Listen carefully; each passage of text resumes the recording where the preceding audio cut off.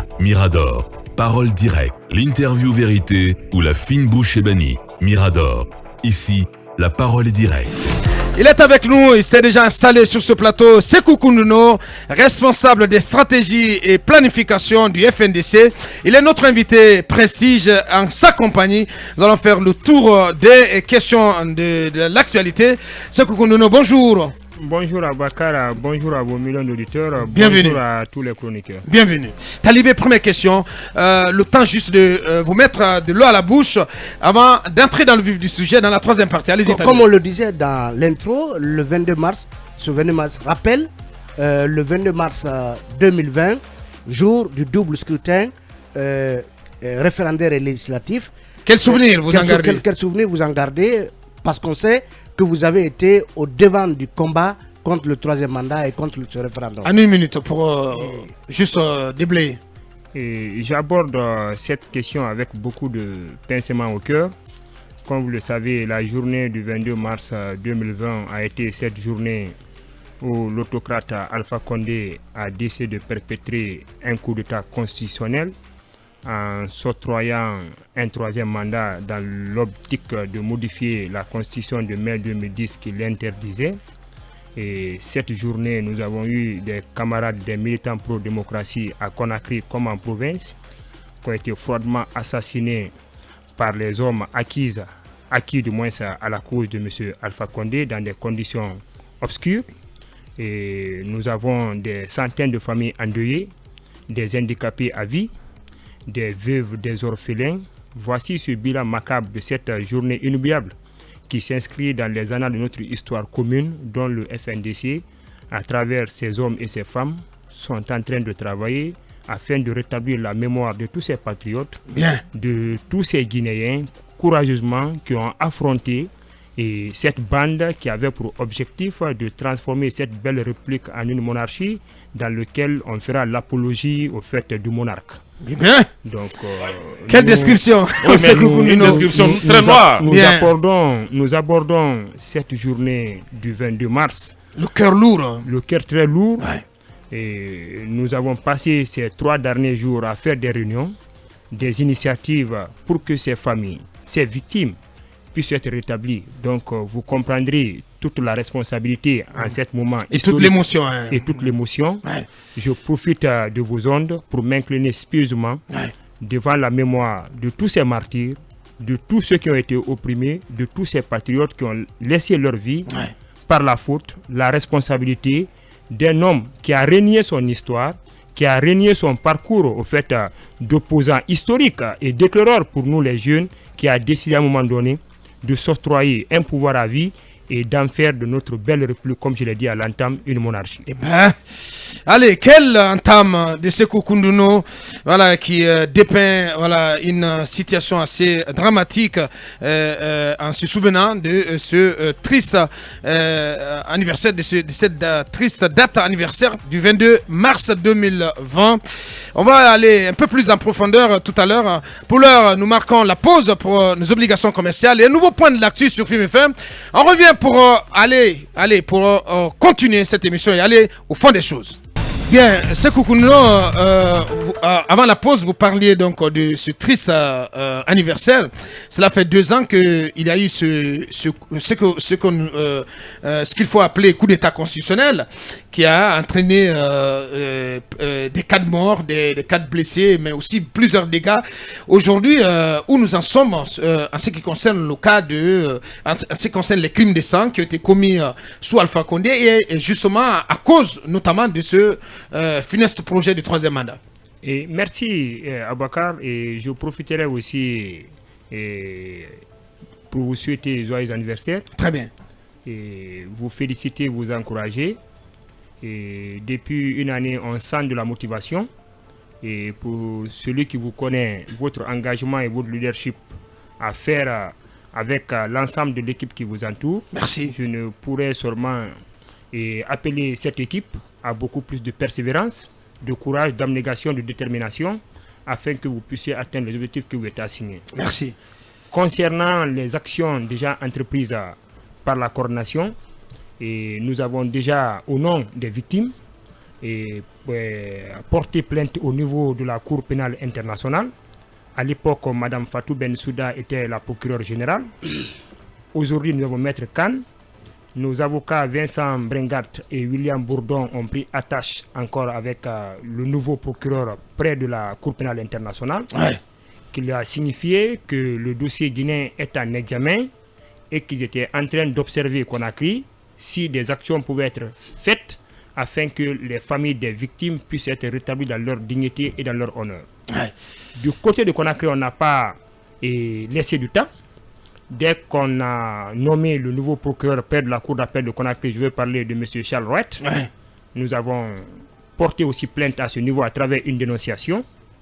Le procureur Charles Rouet a aussi, avant qu'on ne apporte cette dénonciation, avait instruit aux différentes juridictions parquet de Conakry et de sa juridiction de compétence l'ouverture au fait des informations judiciaires sur des exactions et des violences qui ont eu lieu de 2011 en 2021. Et entre-temps, quand nous avons porté cette plainte, et il a pris langue avec nous pour nous dire d'apporter les éléments de preuve qui sous-entendent cette dénonciation. Ce travail a été concocté, les éléments de preuve, audio, vidéo, extrait et tout ce que vous en savez, de Conakry à Youmou. Et les avocats le transmettront dans les jours qui suivent, ces éléments de preuve. Je profite même de vos instants pour féliciter et encourager ce collectif d'avocats qui, moyennant 0 francs, sont aux côtés des victimes et du FNDC depuis des années. Je parle bien de maître Mohamed Traoré, l'ancien bâtonnier. Je parle de maître Antoine Pépé Lama. Je parle de maître Salif Biavogui. Je parle de maître Kerno Suleiman Baldé. Je parle de maître Kerno Suleiman Bari. Je parle aussi de maître Amidou qui, chacun à ce qui le concerne, apporte sa modeste contribution de façon bénévole afin que la justice sociale soit de mise dans notre pays. Donc vous constaterez que des actions ont été menées. Nous avons aussi, dans les jours passés, eu une rencontre de travail avec l'ensemble des victimes, des familles des victimes et des victimes, pour engager encore d'autres actions judiciaires au niveau des tribunaux nationaux. Et nous comptons encore dépêcher une mission rapidement du côté d'Abuja pour rencontrer les responsables de la Cour de justice de la CEDEAO, pour leur dire qu'il était incompréhensible, inadmissible que la Guinée soit suspendue au niveau de cette cour, dans la mesure qu'il y a des millions de Guinéens qui réclament justice, qu'il faudrait que cette cour puisse lever au fait la suspension de la Guinée à ce niveau et que le FNDC puisse transférer certains dossiers à son niveau pour qu'au niveau de chaque juridiction, que chacun puisse se bouger et que ces familles soient rétablies dans leur dignité, dans leur honneur. Sur les crimes de sang, Talibé, avant de vous donner la parole, aujourd'hui on a le sentiment que c'est un chantier, malgré les annonces du procureur général près de la cour d'appel, c'est un chantier qui semble être à l'abandon ou qui semble en tout cas emporter peu d'attention de la part de nouvelles autorités, les autorités de la transition. Est-ce que vous avez le sentiment que les crimes de sang n'ont pas la même attention que les crimes économiques? Et qu'est-ce que vous exigerez à ce niveau? Oui, nous sommes factuels sur cette question. Et je commencerai tout d'abord par saluer au fait tout l'engagement du procureur Charles Rouet sur cette question. Parce que sans qu'on ne porte plainte, il a pris l'initiative sur lui-même d'ouvrir ces informations judiciaires.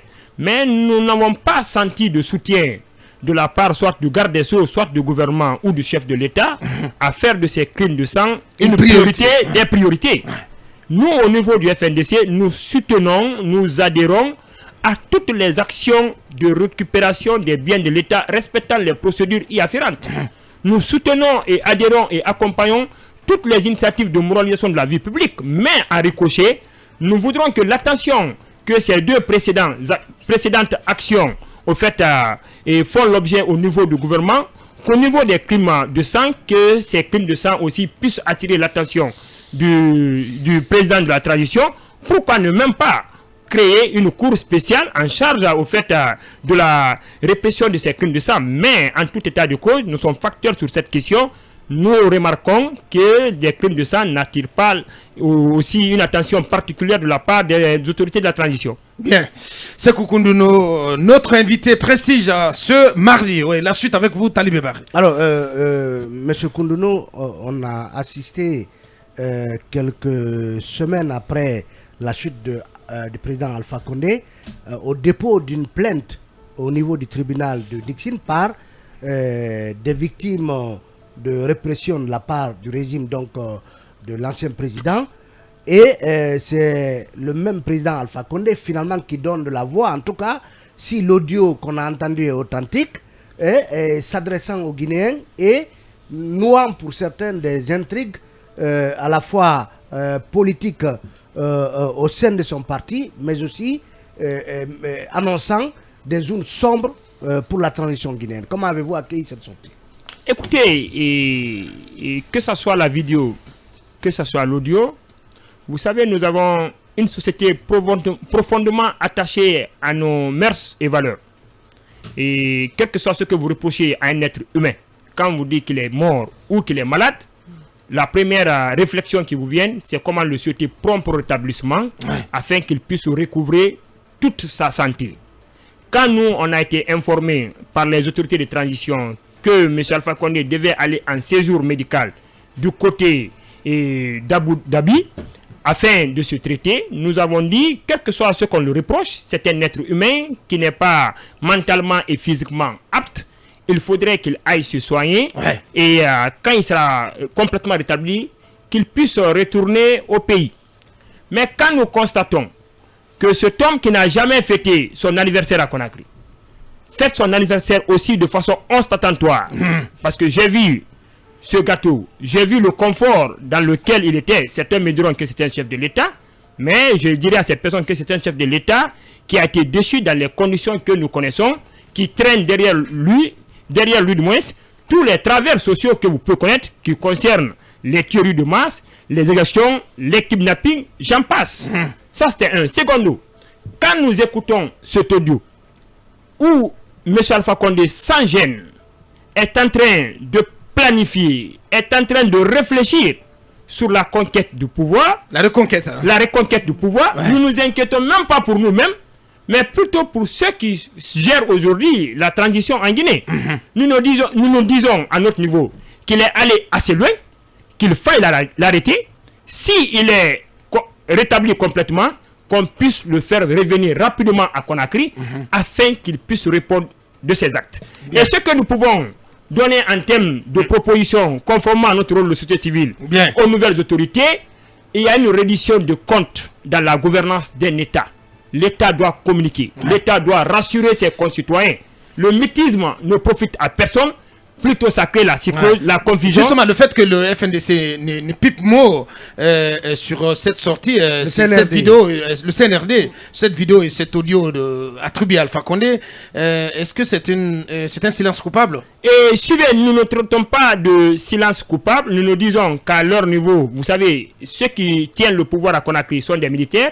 Ils peuvent avoir le réflexe militaire qui dit on ne communique pas sur tout, on ne s'intéresse pas à tout, mais ils doivent comprendre qu'ils ne sont plus maintenant dans ce menton de militaires, mais plutôt sont dans un menton de gouvernants. Et dans la gouvernance étatique, la reddition de comptes est un sacerdoce. On ne peut pas faire fi. Quand il y a un problème, l'État doit communiquer afin de rassurer et d'informer ses concitoyens. Est-ce que vous iriez jusqu'à penser, comme c'est le cas chez certains Guinéens, qu'il y a une sorte de deal entre complicité entre le président Alpha Condé et le CNRD? Nous n'en tirerons pas les conséquences à date, mais au moment opportun, nous en tirerons quand nous aurons suffisamment d'éléments de preuve, nous en tirerons toutes les conséquences y afférentes. Bien. La suite de cette interview avec M. Sekou Koundouno, responsable des stratégies et planification du FNDC. Avec vous, Djamilatou Ba.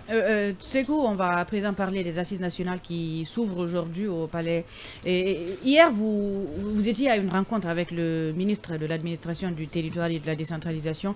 Et plus tard, on apprend que vous décidez de ne pas du tout aller à ces assises nationales. Notamment, vous évoquez plusieurs raisons, entre autres, le fait que vous ne sachiez pas de quoi on va discuter pendant ces assises nationales. De quoi c'est la question. Est-ce que cela ne vise pas davantage à faire échouer ces assises nationales? Beaucoup le pensent comme ça. Écoutez, Vous boycottez ces assises? Non, écoutez, je vais répondre à la question. Le souci pressant de tout bon Guinéen à cette ère, c'est de faire en sorte qu'on ait une transition apaisée, une transition qui puisse rassembler le maximum de Guinéens et une transition dans laquelle nous avons un consensus dans la gestion du pays jusqu'au retour à l'ordre constitutionnel. Personne n'a intérêt d'envenimer la situation. Personne n'a intérêt aujourd'hui afin qu'on puisse avoir des intrigues de gauche à droite qui ne puissent pas nous permettre d'avancer. L'objet qui nous a amené au MATD hier, c'était de parler de l'ouverture prochaine du dialogue permanent. D'un cadre de concertation. De concertation permanente. Nous avons discuté de ces questions. En avenant, nous avons parlé des assises. Mais en allant, on était déjà prédisposés et ayant pris connaissance de ceux qui ont été consultés, des questions possibles qu'on pouvait en débattre. À notre niveau, nous avons donné au fait une proposition et de sagesse au ministre de Morikondé pour lui dire qu'on n'avait pas besoin de réinventer la roue. Qu'est-ce que vous voulez dire? De 2010 en 2016, un travail a été fait par la commission provisoire de réconciliation nationale, présidée par les deux religieux. Je parle de Monseigneur Vincent Koulibaly et de l'imam Khatib de Conakry, Salif Kamara. Ce travail a été fait. Ce travail tient compte de nos passifs et de nos actifs de 58 à 2015. Nous avons suggéré qu'il était important de réactiver cette commission pour qu'on puisse compléter la partie manquante de notre histoire commune de 2016 à 2021. Une fois ce travail est fait, les recommandations de cette commission avaient pour objet de créer une commission définitive de justice, vérité, réconciliation et de pardon. On dit en termes économiques, ça nous aide parce que la précarité aujourd'hui avec la crise mondiale qui sévit, ça pourrait nous permettre d'économiser une manne importante qu'on pourrait envoyer dans notre secteur. Secondo, en termes logistiques, au lieu qu'on ne réinvente une autre entité dont on va le doter en moyens logistiques, en mobilier et tout ce qui s'ensuit, en budget, cette commission déjà a ses bureaux dans une des villas de la Cité des Nations. En termes matériels aussi, ça peut nous permettre à ce que cette commission, au fait, puisse se servir de matériel déjà existant dont les partenaires bi- et multilatéraux ont investi assez de moyens. Donc, nous avons dit, si cette préoccupation elle est prise en compte, vous nous verrez. Et ça nous fait gagner en temps aussi. Ça nous fait gagner en temps. Si cette précaution elle est prise en compte, vous nous verrez. À défaut, on s'abstient d'y participer. Ben. Et alors, donc vous comprenez la position de 61 partis politiques qui décident de boycotter ces assises. En tout état de cause, nous ne commentons pas les positions prises par des partis politiques. La préoccupation au niveau du FNDC, c'est notre orientation dans la défense des intérêts généraux. Parlant justement de politique, oui, exactement. Ouais. On a entendu Lansana Kouyaté dire que l'aile politique du FNDC est en voie de disparition. Et cela est une évidence dans la mesure que la reconfiguration actuelle du FNDC est un FNDC purement société civile. Donc, mais ce n'est pas l'avis de l'UFR et du modèle. Ce qu'on a entendu hier, l'UFR dire, clamer toujours son appartenance à la branche politique du FNDC. Suivez, et l'appellation FNDC politique va disparaître très bientôt. Et nous avons donc c'est Lansana Kouyaté qui a raison. Nous avons eu des échanges avec les présidents et Sidia Touré, les présidents Aliouba, les présidents et Lansana Kouyaté. Ils sont en train de se concerter dans ce sens. Et le FNDC va rester comme chien de garde dans le cadre au fait de la défense des idéaux et des principes démocratiques. Au moment opportun, quand nous sentirons le besoin, nous appellerons à un rassemblement de l'ensemble des forces vives afin de défendre notre maison commune. Bien dit. On va passer à autre question. Avec vous, Mohamed Kaba, on va s'intéresser à d'autres questions. Non, moi je voudrais faire réagir Koundouno à l'actualité. Vous avez parlé de justice. Récemment, le tribunal ou la cour d'appel, le tribunal de première instance de Kaloum a condamné l'ancien commissaire de police, le contrôleur général de police, Fabou Kamara, pour abus d'autorité. Donc, Foli Kemang gagne ce procès. Quelle est votre lecture en la matière? Est-ce que, de mémoire d'un activiste dans l'âme, quelles étaient les méthodes de cette police judiciaire à la DPJ? Honnêtement, et comment dire, Mohamed Kaba, si vous nous avez suivis, on a félicité. C'est une décision historique Et le procès, certains de vos reporters l'ont suivi. Ce qui a été reproché au commissaire qui a été condamné, c'est ces pratiques non orthodoxes qui n'obéissent à aucune réglementation du code de procédure pénale. C'est-à-dire, quand vous commettez une infraction, on doit vous émettre une première convocation, une seconde convocation. À défaut, il doit se référer au procureur compétent pour le décerner un mandat d'arrêt ou un mandat d'amener. Mais lui, il avait une procédure à sa manière. Quand il vous entend dans une radio, vous proférez des messages qui ne vont pas à l'encontre du régime en place, il dépêche l'unité de la BRB ou de la BRI ou de la DPG la plus proche, on vient vous cueillir, vous êtes interrogé, vous êtes transmis devant un procureur et puis direction maison centrale. Donc c'est cette pratique et cette procédure qui a été retenue contre sa personne dont il a fait l'objet de condamnation. Donc en tout état de cause, la seule chose ou la préoccupation que nous avons au niveau du FNDC, c'est le respect des procédures y afférentes. Si chacun s'adosse à la loi, si chacun respecte la loi, si chacun fait en sorte que la loi soit respectée, nous n'aurons pas de problème. On l'a dit. Dans la répartition des biens de l'État, moi je suis l'un des militants qui estime qu'il faille récupérer tout bien de l'État, mais dans la procédure y afférente. On ne peut pas se substituer à la justice. Nous ne sommes ni aux précambriens, ni aux quaternaires, où on peut faire fi à la justice. C'est pas possible. Pendant que des cadres du RPG sont arrêtés par la CREF, ils ne sont même pas entendus sur le fond, ils sont à la maison centrale. Je t'informe que Foneke Mange va sur sa page à dénoncer l'arrestation qu'il a semblé, selon lui, illégale de Souleymane Traoré. On fait le mieux de nous-mêmes. Mais malheureusement, dans ce pays, c'est quand ça arrange quelqu'un, il t'applaudit. Quand ça ne l'arrange pas, il te traite de tous les noms d'oiseaux. Mais nous, on ne fait pas fi à ça. Donc aujourd'hui, vous regrettez Alpha Condé? Aucun regret. Alpha est un autocrate assermenté. Je vous le parle. Peut-être vous ne connaissez pas mon histoire. J'ai une famille à 1000% RPG arc-en-ciel. Je vous dis, c'est un autocrate convaincu. Mon père, mon arrière-grand-père, mon grand-père, ils sont tous du RPG. Le RPG a été fondé et créé dans notre famille à Farana. Renseignez-vous très bien, on vous dira le reste. Bien. Je n'ai rien contre le monsieur, mais sa pratique de faire la démocratie, sa pratique de gouvernance est une pratique qui remonte du quaternaire ou du précambrien. Bien, dernière question, Sekou Ndounou, c'est la question que Talibé Barré a posée dans son libellé, une question casse-tête sur la transition. Où et comment va le navire CNRD dirigé par le colonel? Quelle est votre appréciation de la conduite de la transition quelques semaines ou quelques mois après votre passage dans ce studio? Est-ce que vous avez une lisibilité encore de la marche de la transition? Honnêtement, le souhait pour le FNDC, c'est de voir le colonel et toute son équipe réussir cette transition. S'ils échouent, la première entité qui aurait échoué dans cette transition, c'est le FNDC. Nous ne souhaitons pas, c'est pourquoi nous usons des pratiques informelles et formelles pour faire passer le message afin que cette transition réussisse. Cette transition, et pour tout bon observateur, nous avons deux grands axes. Il y a l'axe des réformes d'ordre institutionnel et de refondation auxquelles nous nous souscrivons parce que la pratique Alpha Condé est à abroger, c'est à abolir. Il y a un second axe, c'est l'axe du processus électoral pour le retour à l'ordre constitutionnel. Les deux doivent aller en pair. Tous les deux doivent être teintés dans un planning opérationnel. Aujourd'hui, nous n'avons pas de planning opérationnel.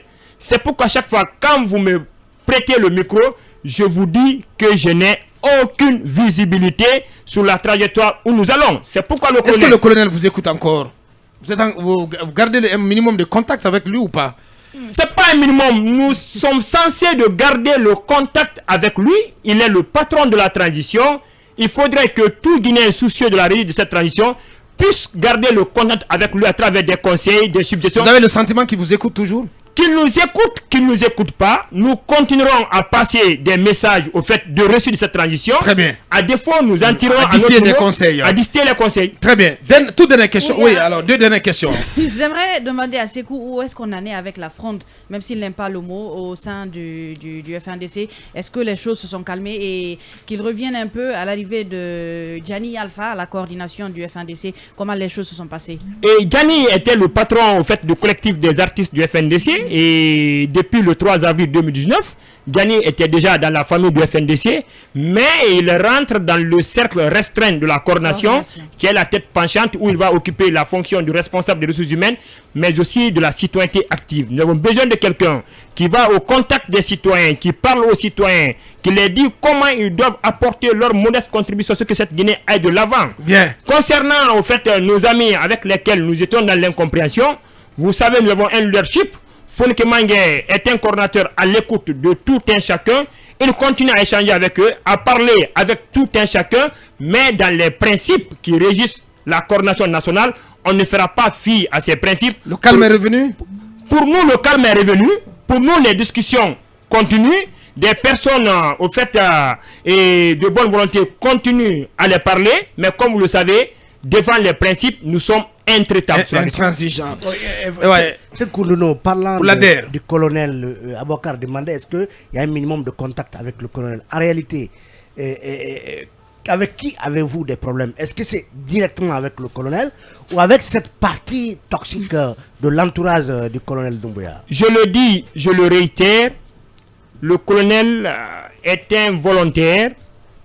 Il a la bonne foi de changer les choses. Ouais. L'être humain ne pourrait pas être parfait.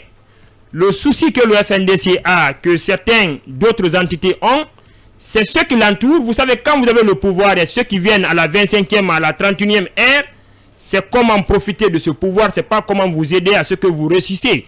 Donc, en tout état de cause, nous continuerons à faire ce qu'on a à faire, à le prodiguer des conseils de jeunes frères ou de gouverner, afin qu'il puisse l'intégrer dans son pipeline en termes opérationnels. Bien. Si c'est pris en compte, tant mieux. À défaut, nous avons nos moyens d'ordre pacifique à nous faire entendre, à faire en sorte que les principes et l'idéal auquel cette nation a besoin, qu'on puisse le défendre en toute de façon pacifique. C'est Koundouno, merci.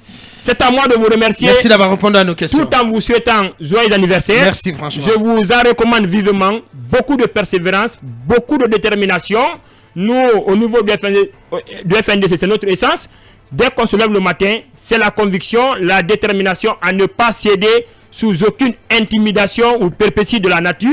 C'est continuer sur l'objectif auquel nous nous sommes fixés. Voilà qui est bien dit. C'était Sekou Koundouno, responsable des stratégies et planification du FNDC. Il était notre invité prestige en ce mardi. L'émission continue.